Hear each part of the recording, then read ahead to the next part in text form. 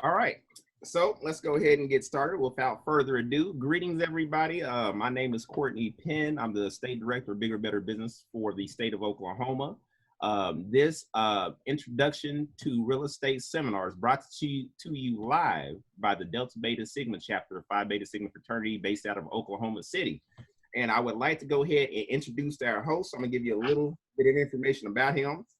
His name is Raymond Whitley Jr. He is a residential real estate investor in Oklahoma City and has been doing redeveloping in residential property since 2001. And he currently owns and manages 20 properties worth $3 million. Probably, I'm going to say over $3 million. He was born and raised in Indianapolis, Indiana, where he was a basketball legend before coming to Oklahoma to attend the University of OU, Oklahoma, on a basketball scholarship. While there, he was a 4-year starter and played for OU's 1979 Sweet 16 team that was defeated by Larry Bird of Indiana State. Mr. Ray has a Bachelor's of Administration from OU and an MBA from OCU, Oklahoma City University. Upon graduation in 1982, Mr. Ray began his career in customer service at OG&E, where he recently retired in 2019 after 36 years of service. His last position was that of Director of Resource Coordination. Mr. Ray is now a real estate coach and mentor to minority students. He is currently married, well, not currently, but he is married and he has 2 children and is also a high stakes poker player. So without no further ado, I would like to introduce Mr. Raymond Whitley.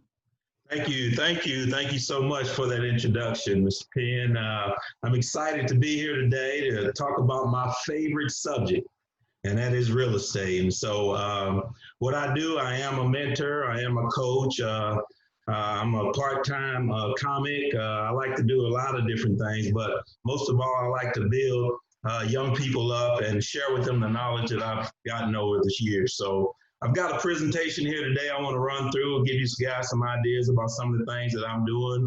And maybe it might pique the interest of some of your listeners out there, and they might be interested in real estate. You know, when I first started this thing, I was like, man, I didn't know what I was doing, but I got in there and I figured it out. So I want to start with this whole thing around Black Lives Matter. Now, Black Lives Matter, it's not saying Black lives are special. It's not saying Black lives deserve more than this.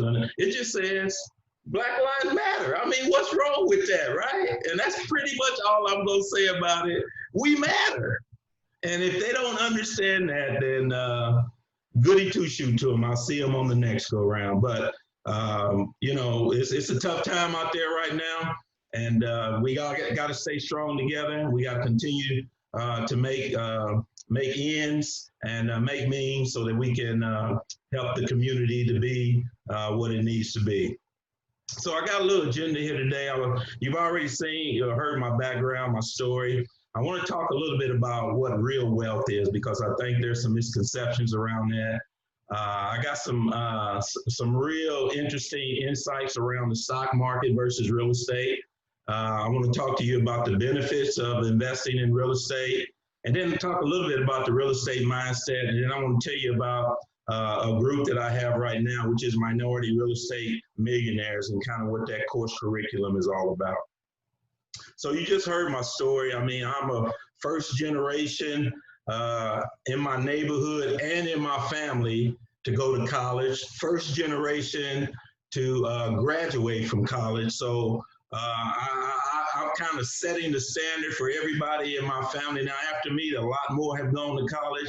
And so I think education is very, very important. Basketball was my way out.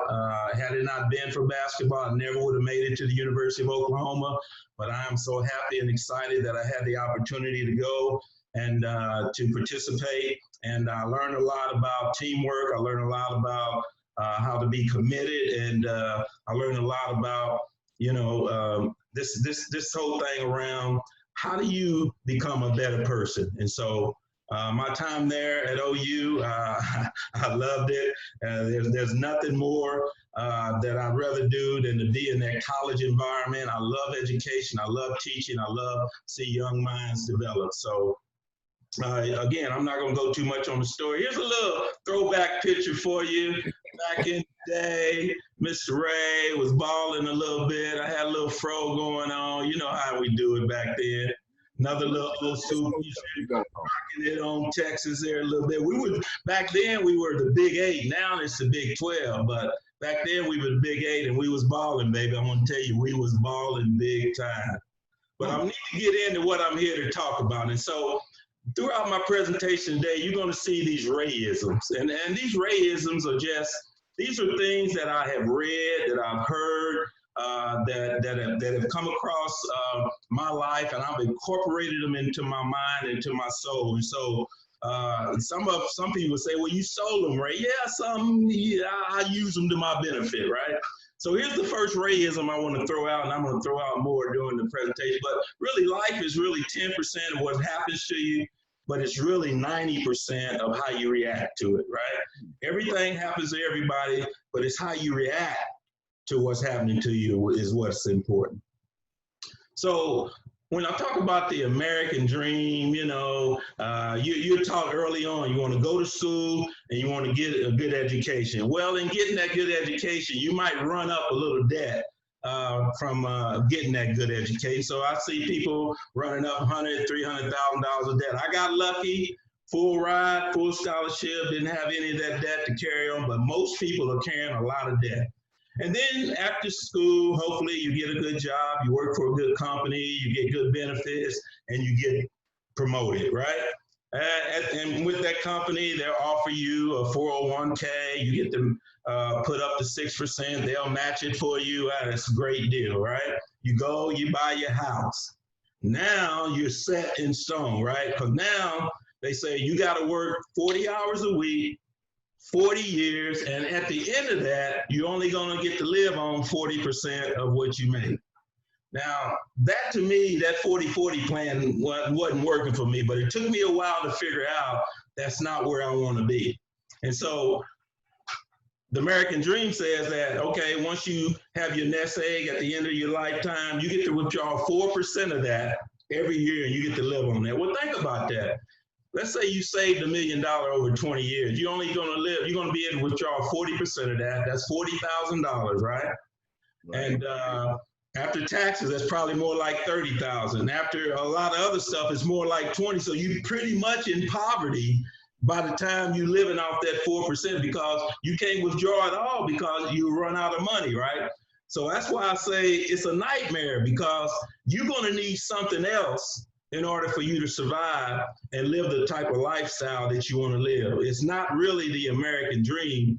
In some instances, it's American nightmare. So let's talk about real wealth. What is real wealth, right?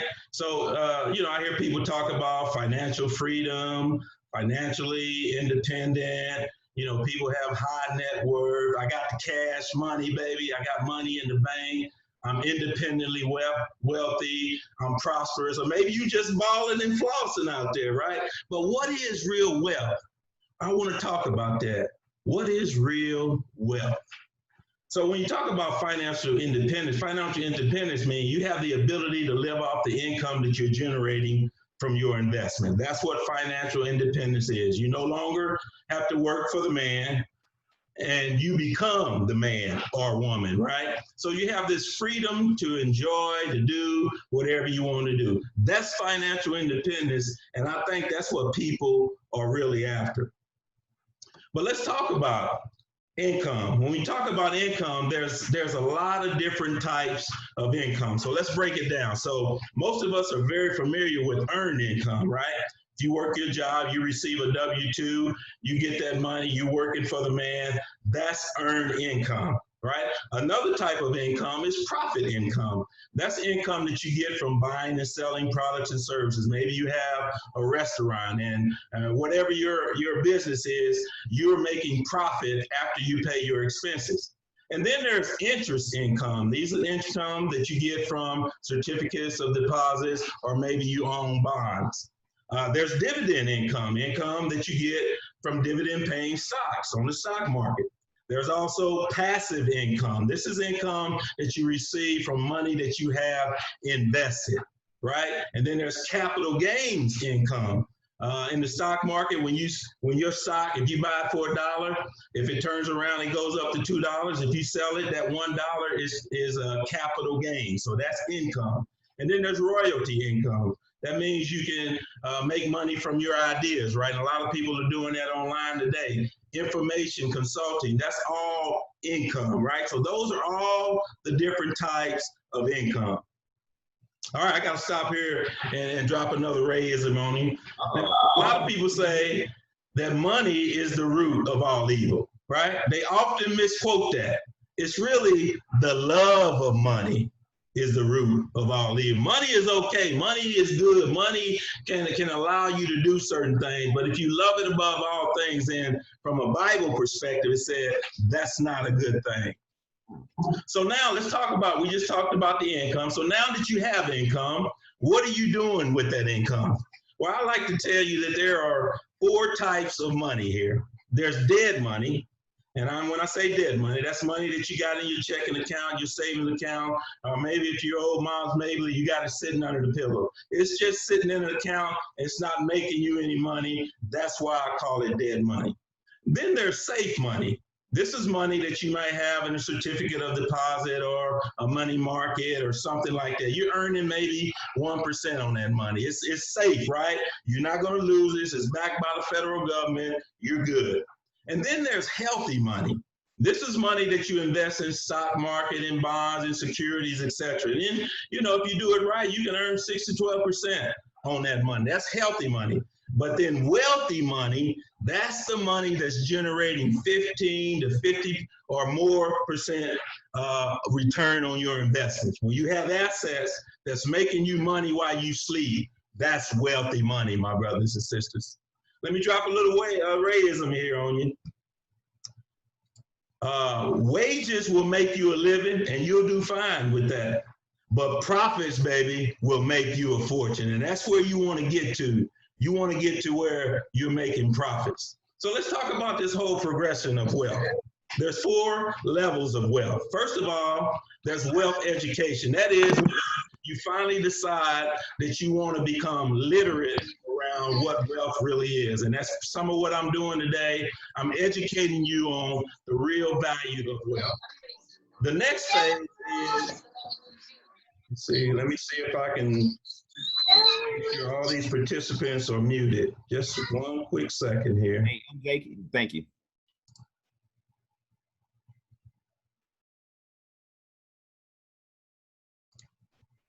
All right, you guys still hear me, right? We're still good. All right, so the next level is wealth accumulation. That is when you start acquiring income producing assets like real estate. And I'm going to show you how you make money in real estate. But then the next level is wealth protection. That is when you decide that you have to protect your wealth. You have to start a safe plan. You got to have wills. You got to have trust. That's how the wealthy people do it. That's how they make sure that their wealth is transferred from generation to generation. What happens to our people when we die? Well, there's a big fight over who gets the money, who gets the car, this and that, because grandpa didn't leave no will. He had no trust. And so the money just dissipates. And then finally, when you get to the last level of wealth, that's wealth distribution. That's when you start to give it away. You're making so much money. You're up there with the Bill Gates. You're up there with those guys, and they got so much money that you have to give it away. And let me stop right here and talk a little bit about a mindset. We sometimes have the wrong mindset. And I got poor people and rich people. I'm not trying to say people are poor. I'm saying when you do things like this is where your money goes, right? And so poor people will buy a $50,000 vehicle. They'll have an APR on it of 5% for 5 years. They'll pay over $6,000 interest. And then after 5 years, that $50,000 car is only worth $20,000. What rich people do is they take that $50,000, they invest it, they earn 8%. Over the course of 5 years, they've earned $23,000. Now, their $50,000 investment is $73,000. Now, think about that. That's the difference between I invested 50,000, now I only got 20. When I invested 50,000, now I got 73. It's a different mindset. And so I got to try to help people to understand you have to change your mind about how money works. Let me drop a raism on you right here. Residual passive income is the gift that keeps on giving. It's the goose that keeps laying the golden eggs, because what you're doing literally is you're making money while you sleep. That's what I do in real estate.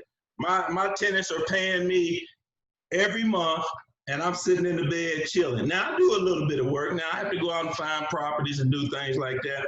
But for the most part, I'm not working for the money. The money is working for me.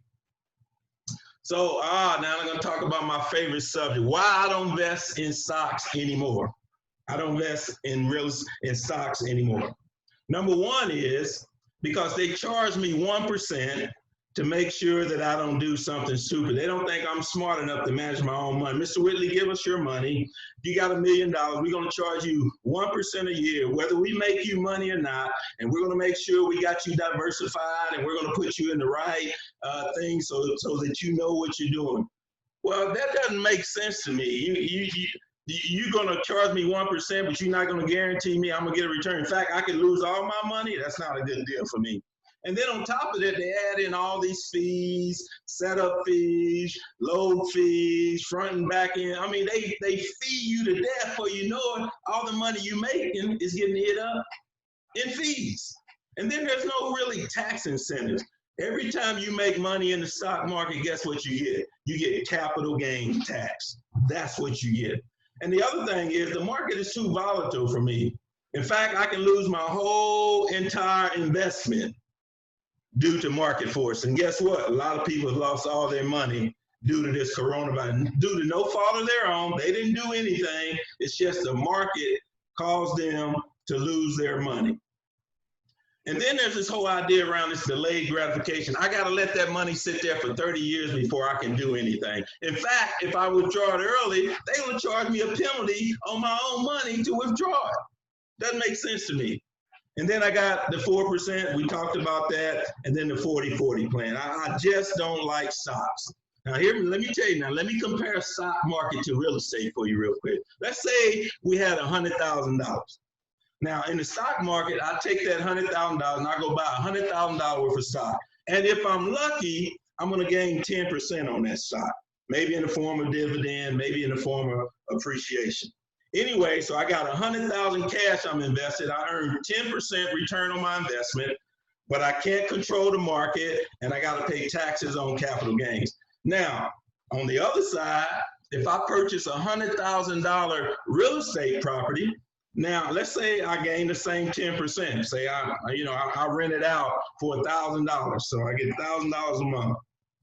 But the difference here is I went to the bank. I didn't use my whole $100,000. I only put $20,000 down. I leveraged the rest. And so my $20,000, when it earns 10%, actually now I got a return on my investment of 50%, right? But also I control the asset and I get to write off all my expenses. That's why I love real estate as opposed to not loving the stock market so much. So let me make my case for real estate investment. So I like to use this example that I was born into real estate. So when you were born in a hospital, you were born in real estate. That hospital is an asset. It's real estate. When you went home with your mama and daddy, first day you went home, you lived in a house, that's real estate. When you went to school, the building that you went to was real estate, right? When you go to work, it's real estate. When you go party at the club, it's real estate. When you go into the gym, it's all real estate. And guess what? The final destination is when you die, what do they do with you? They put you in the ground in real estate. You cannot escape real estate because it's everywhere. And the second thing around real estate investing that I love is that the tenants make you rich. They pay all your bills. Let me give you another hypothetical. Let's say I'm Mr. Ray and I buy a $100,000 property and I put it up for rent and I ask for prospective tenants to come on and take a look at my property because I want to rent it to you. And so as they're looking at the property, they say, oh, this is a great property. We love to have it. How much is it? I say it's $1,200 a month. They say, okay, we can do that. I say, okay, let me ask you a question now. I have a mortgage on this property, and the mortgage on this property is $500. Would you be willing to pay that for me? And they would say, yes, it's part of that $1,200. I say, yeah, it's part of that $1,200. I say, also, there's taxes. The state of Oklahoma requires that I pay taxes on that property. And I would like you to pay that for me too. Would you be willing to do that? Well, yeah, it's part of the $1,200, right? Okay, yeah.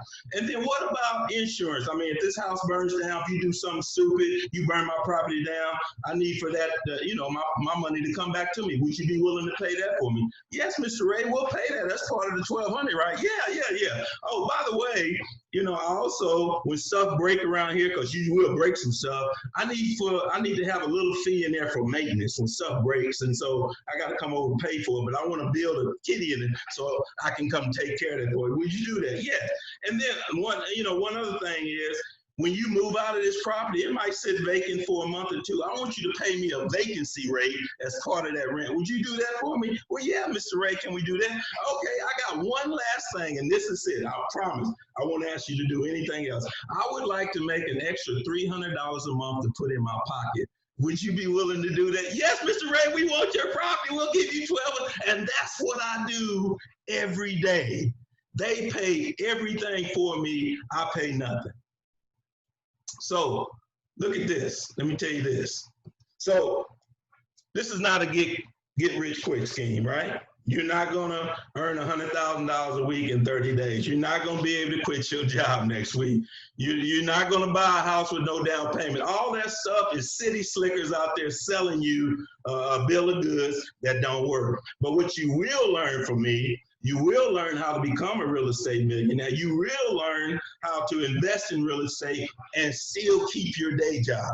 And then you'll also learn how to create real estate wealth, real wealth.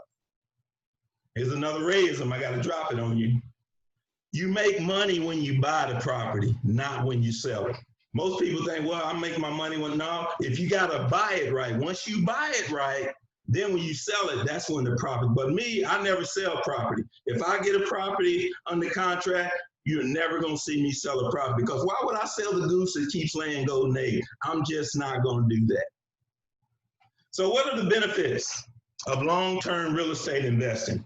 Well, number one is cha-ching, cash flow, baby. I just told you the tenant was willing to pay me an extra $300 a month for renting that property. So I'm getting that cash flow every month. But in addition to that, I'm getting home appreciation. The value of that asset is increasing over time every year. And then I'm getting these tax benefits. I get to write off every dime that I put into that property. The government will allow me to write off everything. And then don't forget about the tenants are paying my loan for me, so I'm getting that buy down every month. And then I'm also using the bank's money. I'm only using 20% of my money, 80% of the bank's money, so I got less money out of my pocket, right? And think about this. Real estate is a hard asset.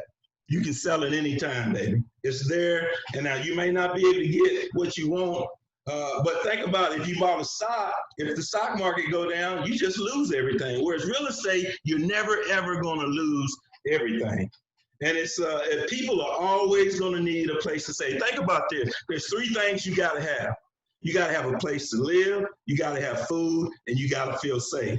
If you take any one of those threes away, then you don't have a good life, right? So real estate is going to be something people always are going to need. And then you have this financial freedom. And over time, if you get enough properties, you don't have to work the day job anymore. And your net worth is going to increase every time you get new property. So why, Mr. Ray, are you in single family homes? I love single family homes because they're everywhere. They're everywhere. It's easy to understand. You can buy and sell them, and the banks will loan you money. The banks will give you money on that. The banks are not giving you money to buy anything else, but they will give you money to buy those properties, because they know if you don't pay it, they can get that house and they can turn around and sell it. But the cash flow and the appreciation, we already talked about that. It's pretty easy to manage. Tenants pay all your bills. Again, significant tax benefits. And so we've already talked about all those things. No sense in going over those again. Another Rayism, baby.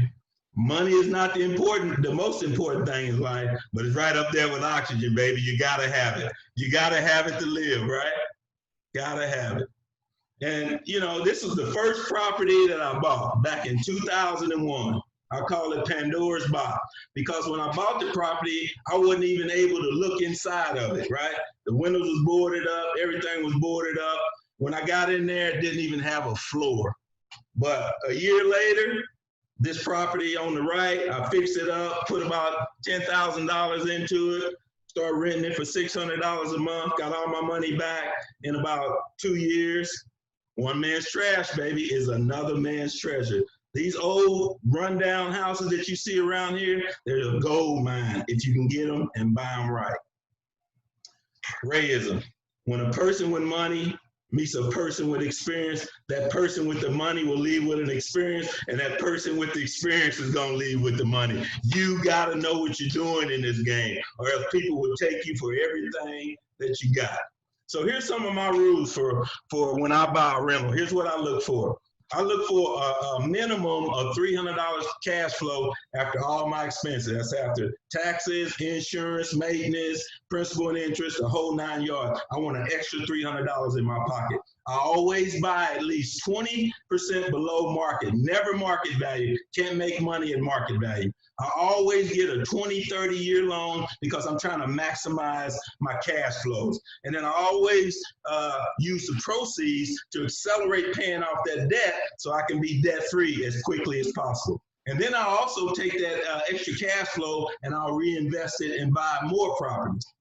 And then I never purchase a property that doesn't meet the 1% rule. Well, what's the 1% rule, Mr. Ray? 1% rule means if I buy a property for $100,000, it has to rent for 1% of that $100,000, which means it has to rent for $1,000 a month, or I can't buy that property because the numbers won't work.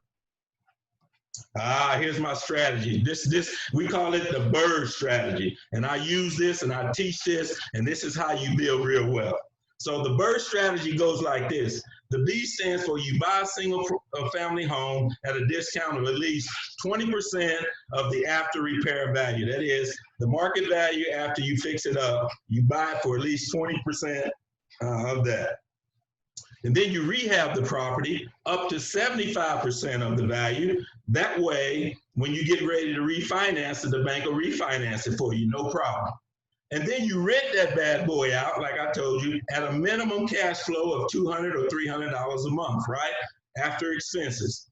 And then you turn around and refi that property and you take 70% of the equity out, you get all your money back, and then you do the last part, repeat. You go back and do that all over again. It's a process, but it's been done all day, every day. First thing first, before you get started in this game, you got to know what you're trying to accomplish. What are you trying to do? Are you trying to build income for the future, or are you just wanting some additional funds? Are you trying to build a business for your children? What is it you want to do? You got to define what it is you want to do. How much time do you have? How much do you want to invest? Do you want to quit your day job? You got to determine what it is that you want to do, right? And here's a Rayism for you. Often the difference between a successful person and a failure is not that one has better ideas or abilities, but that one has the courage to bet on his ideas and to take a calculated risk and to act. Now, real estate is not without risk, but you can mitigate your risk by making sure that you buy right, that you purchase properties in the right areas, that you get good tenants in there, and that you're making sure that you're attracting good tenants, and you're buying houses that are going to appreciate in value in great neighborhoods. Again, the difference is you got to have the courage to act. So I am currently in the midst, I have a team of about 20 individuals that I'm teaching on a weekly basis. And my goal is in 10 years, I'm going to make 10 of those millionaires. By just me mentoring them, sharing my knowledge, sharing the skills that I've obtained over the last 20 years, I'm going to make 10 millionaires over the next 10 years. The question is, will you be one?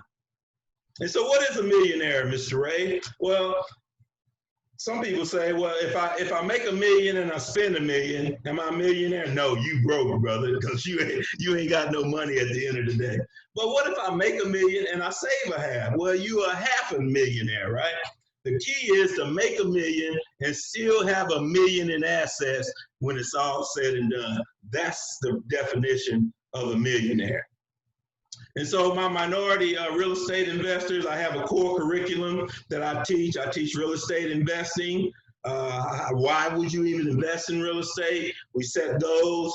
I tell them how to analyze property. We find the best real estate deals, how to acquire tenants. There's just a whole lot of stuff, but this is the core of what I teach in order to get the individual started.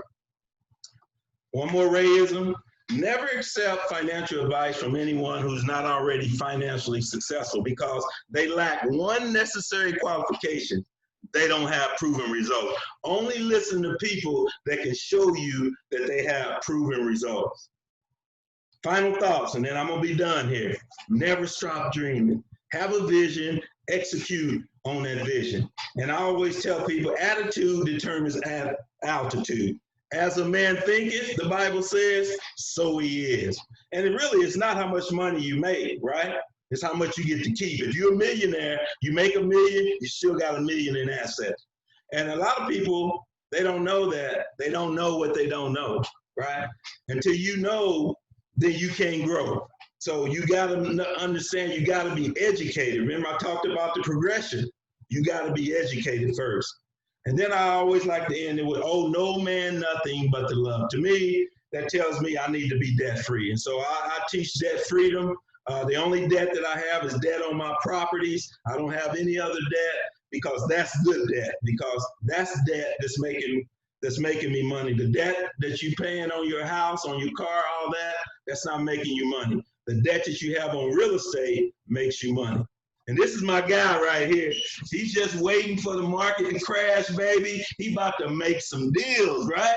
You want to be that guy. You want to be the guy that's out there ready to make them deals, baby.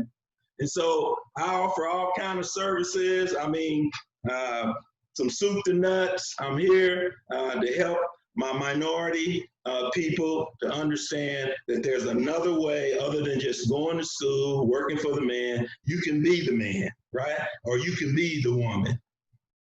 And with that, I'm done. That's all the places you can hook me up, give me a holler, give me a shout, get on board. If this is something that you're interested in, let me know. So from now, I think I'll just open it up to any questions you guys may have. I know I put a lot out there, but here we go.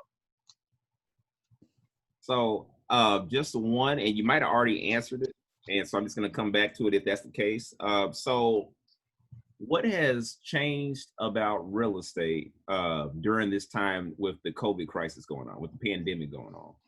That's a great question, because everybody say, Ray, Mr. Ray, how's it going, man? Are your tenants paying? You know, what's going on? Every one of my tenants has paid for the last 3 months. I had one tenant, she was an elderly lady. She had a little struggle, so she didn't pay 1 month, but from there on, she was paying.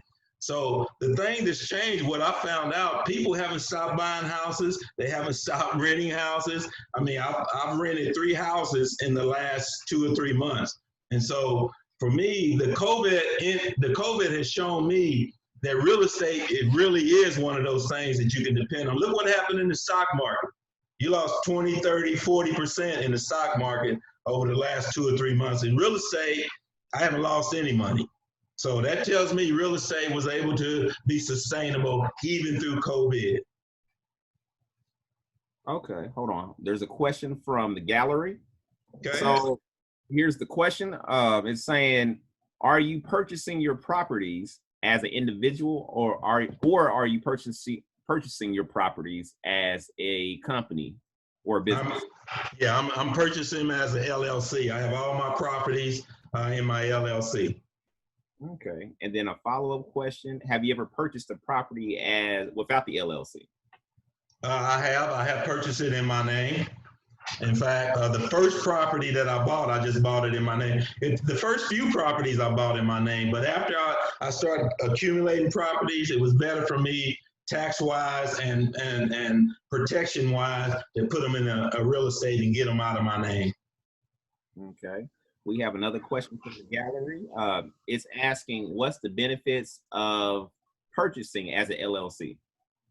The benefits is from a tax perspective, everything flows through the LLC, and so when the money comes in an LLC and the expenses, the net profit or the net loss flows over to you personally, right? So everything is in the LLC. What the LLC does is protect you. Let's say a tenant gets hurt in my property and something happened and they sue me. Well, they can only sue the LLC because that's who owns the property. So I can't lose my personal home or my personal bank account. They can only sue me for what's in the LLC. So that's the real benefit of the LLC. And so I think you touched on it, and I believe I know the answer, but it's the name of the show right now. If you said if they sue you, they can go after. If you didn't have the LLC, if they sue you, they can go after your personal assets, your personal bank accounts, your properties. If it's underneath. If I had it in my name, yes. But if you're doing business, doing a DBA or doing business as, and you're doing an LLC, if they're not going after your personal assets, your personal bank accounts, what would they go for? They going for the business because I have a business. I have a business account, right? And I have all those houses in there. They can go after all the houses that I have in the LLC. And so with your practice, it sounds like what you're trying to say is it'll be very important to go ahead and make sure you have two separate accounts, one for personal and then one for your company practices. That is a must when you're in the real estate business because you have to be able to show the IRS that you're operating as a business and this is not a hobby. And then I just recently had an email come in while this was going on, and I think it's kind of interesting. It was talking about LLCs, but it's also saying that tax time is coming up on July the 15th. Yes. So what would that look like if you're dealing with real estate? What forms would you have to fill out? Is there certain criteria, the whole nine? So I got over 20 properties, so my taxes look like this. And so, I mean, you can imagine, so every property have to have its own income, expenses, depreciation, whole 9 yards. So I have all these spreadsheets at each individual property, and that has to feed into whatever I give my accountant. And so it's an exhaustive process because come July 15th, now I was ready to file my taxes back early on in the year. So I've got them done, but it normally it can take me anywhere from 2 to 3 weeks just to get my taxes ready to give them to my accountant. Okay. Is there anything in preparing your taxes when dealing with real estate to watch out for? Yes, the one thing that you mentioned, keeping it separate. Because if you're mingling funds, if you messing with the deposits, well, I want to take this deposit and go do it, you're setting yourself up. The government will come in and they will penalize you heavily for that. So it's very, very important that you keep your business separate from your personal, or else when they find out that you're intermingling, now they can come after you personally, right? So you want to make sure you keep that separate. All right, we have one from the gallery. Let's see here. You already asked that question, I think. So suggestions of how you have on Facebook, the Black Market and the Oklahoma Black-owned business groups and the BOBs and all that good stuff for Oklahoma and Tulsa? Yes. So the question is, do you have any suggestions for a good Black-owned business owner as a CPA? Do you have any recommendations for a Black CPA? For a Black, I do not have any. I don't. Okay, I know of a couple, so I'm just gonna throw some names out there just in general. But I know there's a lady in the Metroplex named Leah Tomlin. She has dealt with nonprofits. She has dealt with different corporations, electronic computer services, and businesses. So I'm just going to throw that one out there because I'm kind of in the know on that particular situation. And then we got our guy named John L. Northington that sometimes helps out with people in Oklahoma City, even though he relocated to Atlanta. So there's two, but there's a lot more than just those two people. So I don't want people to think it's limited. You can go to the Facebook group, I believe. I'll look it up a little bit later. But I think it's Oklahoma's. I said a little bit later, but I guess it's later. I think it's Oklahoma's own BOB or Oklahoma black market. And that's going to be, you just put your question in there and you can find black owned businesses on just about anything. And it's just like an online shopping center. Right. We have another question from the gallery. Do you pay yourself a salary out of your LLC? And a follow-up question will be like your criteria, your metrics of how do you pay yourself? You know, is it a certain percentage? How do you do it? Yeah, so originally I didn't pay myself for the first few years because I was just putting the money back in the business, right? And I was still working my full-time job. So I mean, I was still making good money and I was taking all my extra money and putting it into real estate. So now the way I pay myself, if I want some money, I just go get it. If I need something, I just go take it out. I just write a check to myself. So that's kind of how I pay. So I don't have a set fee. I'm retired now, so I have my pension, I have my 401k, I got my property. So you know, a lot of times I don't even take money out of my real estate business. I just plow it back in there.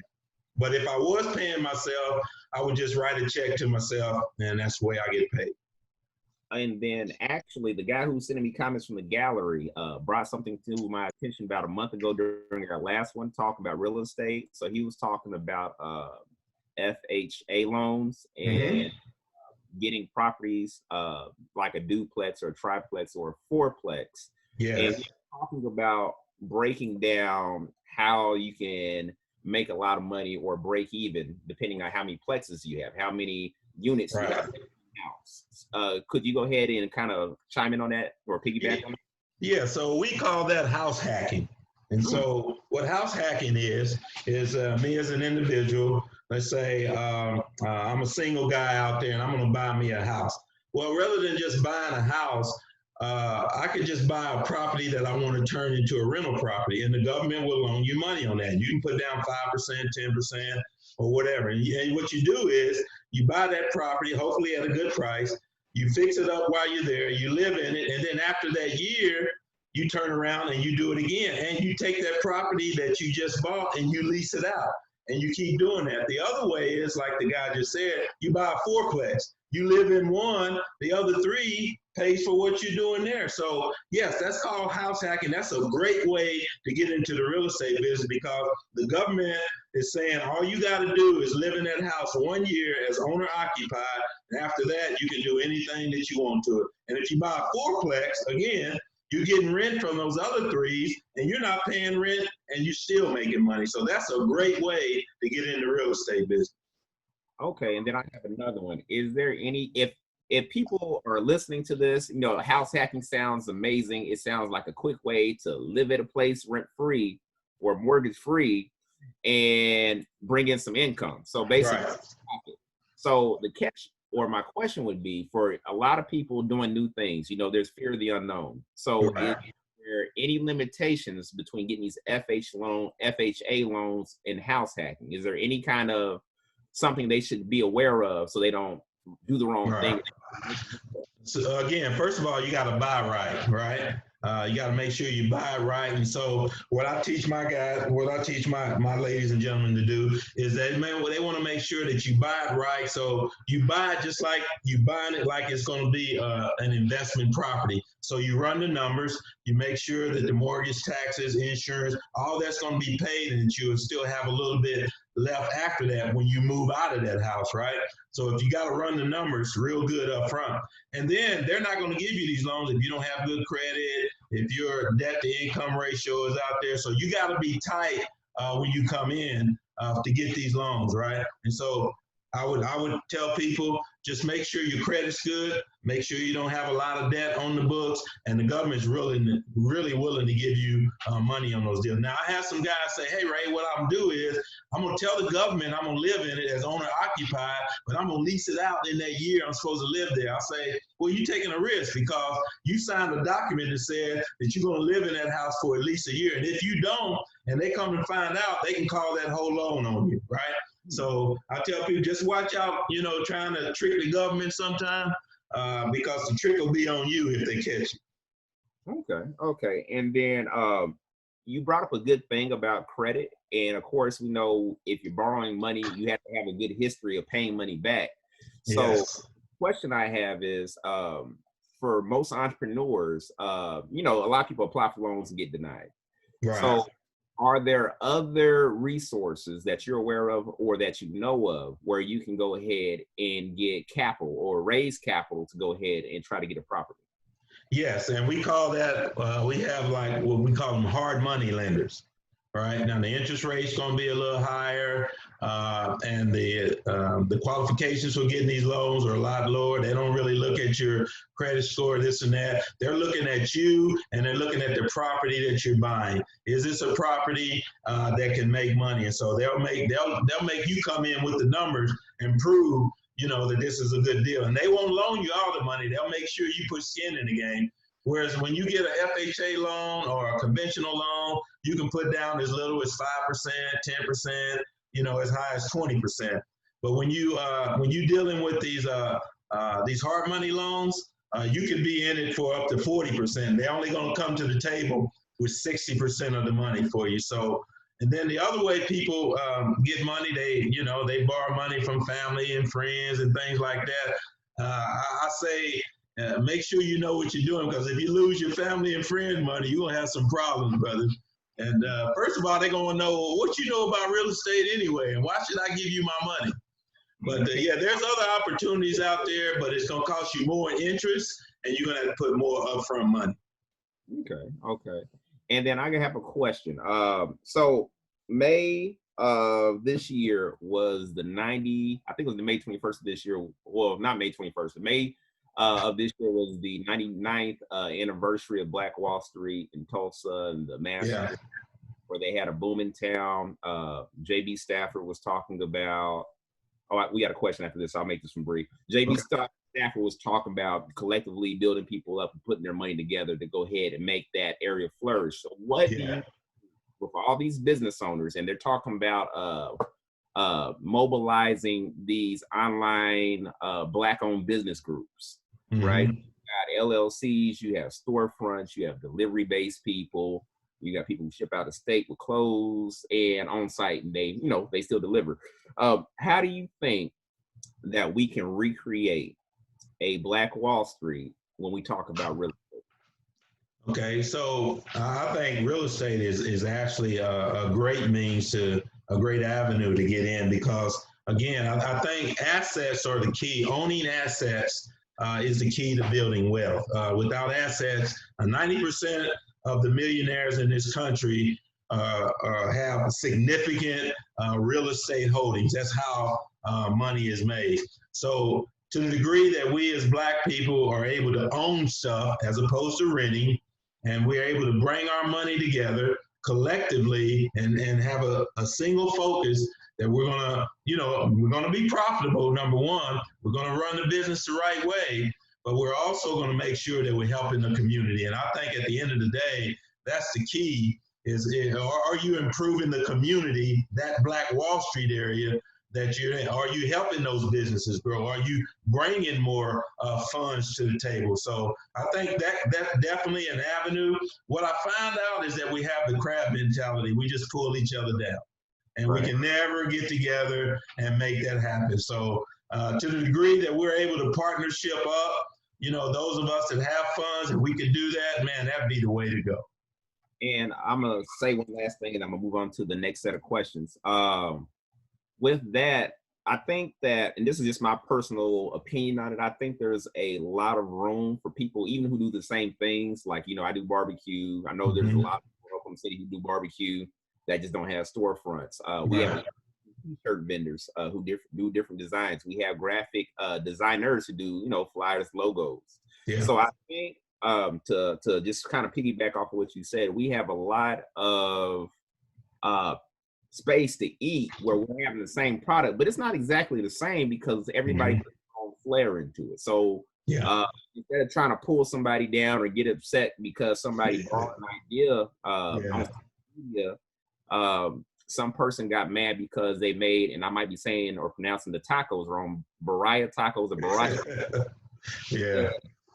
One girl posted it, and somebody else said, you know what, I haven't had those, but I've been hearing about it from this, this taco truck down the street, so I'm going to do it, right? And Right. so that person's friend stood up for him, or that person let it go probably. But their friend is like, well, you stole these tacos. Hmm. But Yeah, we, black folks didn't make these tacos. exactly. They got some Hispanic backgrounds to the name. So I'm just like, there's room for everybody to grow and Absolutely. somewhere, right? There's a blueprint that most of us are probably using before we branch out and do our own thing. All right. So we have about 3 to 4 more questions. So I'm gonna go ahead and slow down, and then we're gonna get all the way into it. So one of the questions from the gallery is: are hard loans like private loans? Yes, they are. That's exactly what they are. They're not through banks. These are individuals that just have money and they're willing to lend on real estate only because they know that real estate is a hard asset. If you don't make that deal go, they get their property back and they can sell it or they can do whatever they want with it. Okay. That was a great response. I love that one. And then the second question from the gallery is actually, this is the follow-up question, is how do individuals locate hard lenders? Put it in Google and you'll get a whole list of them that'll come up. Just Okay. Google it. They're out there. They're willing. A lot of them are loan sharks. Like I said, they'll charge you 12, 15, 20% interest on that money. But they're willing to do it. But again, it's high dollar money. But there's a lot of people doing it. In fact, I'm a hard money lender. You bring me the right deal, I'll loan you the money. Y'all heard that here first. So You if y'all heard it right here. But the key is you got to bring me the right deal, and you got to have skin in the game. So that means you got something to risk. You can lose something. Exactly. Let's see here. Next question. And, the follow-up on the follow-up. So we talked about the hard loans versus the private loans. Are they the same? How do we locate hard loan lenders? And then the person's question, because you said you can do a Google search. Yeah. They also asked, what do you think about getting a hard loan from private or personal networks? I've never done that, but I think, anytime you can get money at a reasonable rate, I say go for it. But I've never done that. Again, hard money, they are private lenders. But the specific question, I don't have the answer to that. Okay. Well, just picking your brain. Yeah. Well, it looks like all the questions. I'm gonna give it a few minutes for my guy to see if anybody has any more questions from our chapter page or our Facebook Live. Is there anything you want to say? Because I would like to say that all our business series have been how to be certain in uncertain times. I know you talked about, without the term, feasibility analysis, where you're trying to mitigate the risk. You talked about insurance a little bit. Is there anything that you didn't mention about insurance? Because insurance is definitely a good one, because if something happens, even like I said, Black Wall Street, we know stuff happened. Yeah. But who paid insurance didn't get what they paid for. So, they like, our hands are done. Good luck doing whatever you're going to do. So is there things that we should look out for as unfair practices with insurance providers? Is there something favorable we should really be looking for as far as real estate, where we can say, okay, I definitely need to go ahead and go with this company because they have such and such, versus if they're not offering this, I need to watch out for them because they might, just be trying to take my money. Yeah. So in the real estate game, especially when you talk about investing for real estate, it's a little different than when you get insurance on your personal home. When you get insurance on your personal home, you get what we call full coverage, right? And you're covering the house, you're covering, liability, you're covering, everything, wind damage. In real estate, when you have investor real estate, for me, I only do, and most people say, well, why would you do that? I only do cash value. Whatever that house is worth, that's the only amount of real estate, of insurance that I'm putting on that real estate, right? If it's worth $100,000, that's what I'm not doing. Full replacement, full recovery, because all I want is at least my money back, on that particular. So, and when you talk about investment real estate, you're really looking for the, I won't say the cheapest, but the least expensive, because that's going to cut into your cash flow if you're paying a hefty insurance bill every month. So you want to make sure, and you got to understand what your deductibles are. The higher the deductible, the lower the actual insurance will be. The lower the deductible, the higher the insurance is going to be. So, but if you got a high deductible, you got to make sure you can pay that $2,000 deductible if something happens. So, insurance is one of those things. Every time one of my properties come up for renewal, I'll always shop it. I always go out, see what else is out there, make sure that I'm getting the best deal that I can get. All right. I got one follow-up question. I'm going to make a note about that one, but we do have two more questions come from the gallery. So I'm going to go ahead and get those out first. So the first one is going to say, what insurance, and you might already answer this, because I know you definitely hit on this big time. What insurance is required on rental properties? So the minimum that's required on it is what are called the value of the property and liability. That is, liability, if somebody gets hurt on your property, you want to make sure that you have that on that property. That's a key piece of it right there. Because, I mean, you could neglect to fix something and they can say you didn't have a smoke detector. I mean, there's a litany of things. In fact, over the 20 years I've never had any issue and never had anybody hurt. But that insurance is there. It's just like you have car insurance. You hope you never have an accident, but if you do have one, you want to make sure you have that insurance. Okay. And then the second question from the gallery is, do companies offer discounts for having multiple properties with them? Yes, and so that you definitely get discounts for having multiple properties, and that's why I have with my 20-some properties, I have probably 10 of them with one individual and another 10 with another, so I can get those discounts, and I'll play them against each other. Every time that I have one come up for renewal, I'll ask the other one, hey, how much is it for this? Now, I won't move if it's $10, $20, but if it's $200 difference, I might move over to the other one. But usually they're pretty consistent, the guys that I work with. So yeah, you do get those discounts for having multiple properties. All right, and then this is that follow-up. So I personally have, I think maybe 2 or 3 current friends that are actually trying to buy a house. And even within me being a young adult working in a corporate background a few years back and some other professional backgrounds currently, what I've noticed is there's always these things that come up. Is an escrow, and I always hear that there's some kind of difficulty, an issue, or a problem with the closing process on the house. Can you go ahead and kind of elaborate on that and maybe some things that might help them out if they tune in? Yeah, so you're asking about what things can happen when you go to closing. So I had a real life adventure here 2 weeks ago. So I cut a deal with a young lady because I don't usually deal with real estate agents because I can't make money dealing with real estate agents because real estate agents, you got to buy at market value. I can't make money in market value. So I deal directly with the owners that selling houses. So this particular individual, we were negotiating and I was trying to get her to sign the contract. You know, we can do this deal today. I got cash. Let's go, blah, blah, blah. And so I got her to sign the deal. So I'm saying I'm gonna go ahead and put the $2,500 down. I'm gonna take it over here to the closing company. We're gonna get this deal done. Well, on my way over there, she called and said, "Oh, I want you to pay my closing costs." I said, "Hold up, that's not part of the written deal that we have here, right?" So, "No, I want you to pay these closing costs, or else I won't do the deal." I said, "We got a contract. We're going to the deal." So push come to shove, so she didn't say anything else. 2 weeks later, I'm coming to the closing. I got my $80,000 check ready to close this deal. She doesn't show up because I won't pay $914 of her closing costs. And so that's the kind of stuff that can happen. Doesn't happen often, but it does happen. And so what happened was I had to send her an unconditional. She had to release me from the. Actually, I could have forced her to sell me that house, but I would have had to go to court, do a lot of stuff. I just say, "Yeah, give me my $2,500 back. I'll go on to the," because usually when something like that happens, that tells me I didn't mean to have that property anyway. That's God's way of telling me that wasn't for you, son. Right. A subtle.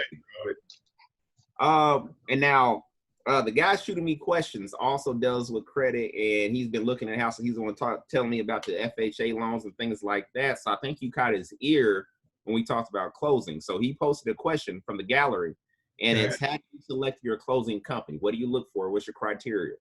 So that's very important to me because I'm looking for people that are you know, they're user friendly. That means that I can do mostly everything over computer. I got docu, I can do everything without ever having to see them. And then they also know, you know, my tendencies, you know, how, you know, if I'm going to be paying closing costs or not closing costs. I mean, if I'm going to, you know, help them with some prorations, or they know me. And so if the buyer or if the seller comes up and say, well, Mr. Ray said he's going to, they say, no, we know what Mr. Ray does because we deal with him all the time. So what I look for is efficiency, that when I call them, I get responses, you know, in a timely manner, that their fees are not exorbitant. A lot of times, you know, you can look at their fee structure and, you know, $200-300 here and there can make a difference.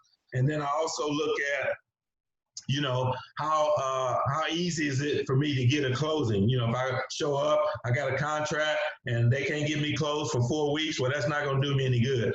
I need to be able to close in 2 weeks. So I find closers that's willing to work with me and get me in there, you know, when I need to get in there. And that comes with building a relationship with them, closing deals with them. The more deals you close with them, the more they're apt to help you to be more successful. Okay, so basically bring them on the team pretty much. Yeah, pretty much. And that's in real estate, I have a team. I have plumbers, I have electricians, I have heat and air guys, I've got carpenters. I mean, I got my bank, the guy that I bank with, he's on my team. I mean, you got to have a team of people around you that you can trust and that they know you. And so that way it makes your business go a lot smoother. And it takes time to build those type of teams and those type of networks. So I got a question. And I'd hate this because I know I'm extending my time out, and then we're gonna go ahead and wrap things up. My question is, the last seminar I think we did, or the small business one we did, a lot of people were talking about, in a lot of different areas of entrepreneurship, are talking about building that team. So just imagine, you know, this whole situation, people are making side businesses. They're unsure if they want to lean in and get an LLC, don't really know too much about an LLC, don't know about an EIN. So the question that I'm posing is, when they say build this team, right? Because most of these things you can't really do by yourself in the world of business. What kind of, I guess, how would you propose for a brand new person trying to start off, how to build a team? Okay, so first of all, I would get involved in a group like myself, where you got individuals that already have some contacts. They can make referrals for you. Then there's also other real estate groups out there, and then just start calling and talking to people. I mean, get on the internet, or get out there and just make some calls and just say, hey, how much do you charge for this, or how much do you charge for that, or or how much just get out there and start talking to people and build those networks. Before long, I'll tell you this. I've gone through so many contractors over the last few years. I'll keep them for a couple of years, and then something goes wrong. Then you got to find another. The key is you pay them right, you take care of them, and you don't go on the cheap on them. If you want good quality service, then you got to pay for it. If you're getting it on the cheap, that's what you're going to get, the cheap. Okay, that was great. That was amazing. So just like being a teacher, because I know you're also a teacher or an instructor, you know, we got people whose wheelhouse is stronger with the visual. You know, we got people whose wheelhouse is stronger when they just got to hop into it to figure things out, you know, and learn things to be successful. But can you let them know, you know, it's in front of us, how the folks can go ahead and ask you follow-up questions after this live meeting if they want to reach out to you? Yeah, so all my stuff is still on the screen, right? You got my telephone number. Now, if you go to my YouTube station, all of the videos that I produced over the last 2 months are there. So you can learn how to attract tenants. You can learn how to analyze properties. You can get all that on my YouTube channel. Of course, you can email me any questions, or call me or text me, and we can spend it. If you want to be involved in my group, I'm starting another class. Probably in the next 2 to 3 weeks. If you want to be part of that, my next class, then hit me up, and we'll see if we can get you signed up. Okay, and what's the name of the next class going to be called? Oh, it's a minority real estate millionaires. That's what we doing, baby. It's just class two. We making millionaires up in here, baby. See, I wish I had somebody like me when I started. I had to learn this all by myself, right? And I made so many mistakes. I lost some money. I mean, I did some bad things, but I didn't have anybody to help me. I'm here today to keep you from making the same mistakes that I made early on. And that's the thing that I'm bringing. You got to find you a good mentor in this game because it takes time to learn all this stuff. And you just can't get it by just reading a book. You got to be there. You got to feel the real estate. You got to go and see some deals happening as they're on the fly. You got to see what the tenants are calling about. I mean, so it's real life, it's real time, and I'm putting people, I got feet on the ground, showing people how to do this real estate game. And I tell people, it's not for everybody. I understand it. Like you got a different business, whatever it is, do something, make yourself valuable, use your skills, your ability. I always tell people, find your genius. Now, basketball used to be my genius. One Achilles tendon injury wiped all that out. And so I had to find another genius, right? And so now I found this is my genius right here. I know real estate and I can do it with my eyes closed, with my hands behind my back all day because now I've got the experience. Now, see, you sound like, have you heard of those master classes where you got to pay to go ahead and learn from the best? You sound like a master teacher when it comes to real estate. So, guys, I'm going to put it like this. If you want to go ahead and get a mentor, if you need to go ahead and get some information or have a resource or watch his YouTube videos or even enroll in his classes, you have the information in front of him. This is our master, Phi Beta Sigma, Delta Beta Sigma chapter's master, real estate instructor, mentor, even resource. So please hit him up, Mr. Reyes. Hit me up, baby. I'm right here for you. Let's go. So, man, so I just want to go ahead and say for everybody who's watching, the guys who are helping us put this on, I would like to say thank you for taking time out of your busy schedule to go ahead and drop a few gems with us. We hopefully bring you back with all this stuff going on, because we have a lot to learn, and it sounds like you have a lot to teach. So I do, man, I do. And I thank you for the opportunity to share. Yeah, anybody out there, you want to learn more about what we're doing, how we're creating minority real estate millionaires, just hit me up, man, and we'll make it happen. All right. So with that, without no further ado, I'm going to go ahead and cut you loose. And also, I want to say thank you, because I know he's watching it, and I know he's going to talk some trash. Thank you to Reggie for putting me in contact with Mr. Whitley. So, Reggie, you heard it here first. I don't want to hear no trash from you at the end of this, all right? R. Smith, I see you out there, man. All right. Well, thank you again, my man, and I'll talk to you a little bit later, all right? All right. Thanks for the invite. All right. Have a good one. Thanks.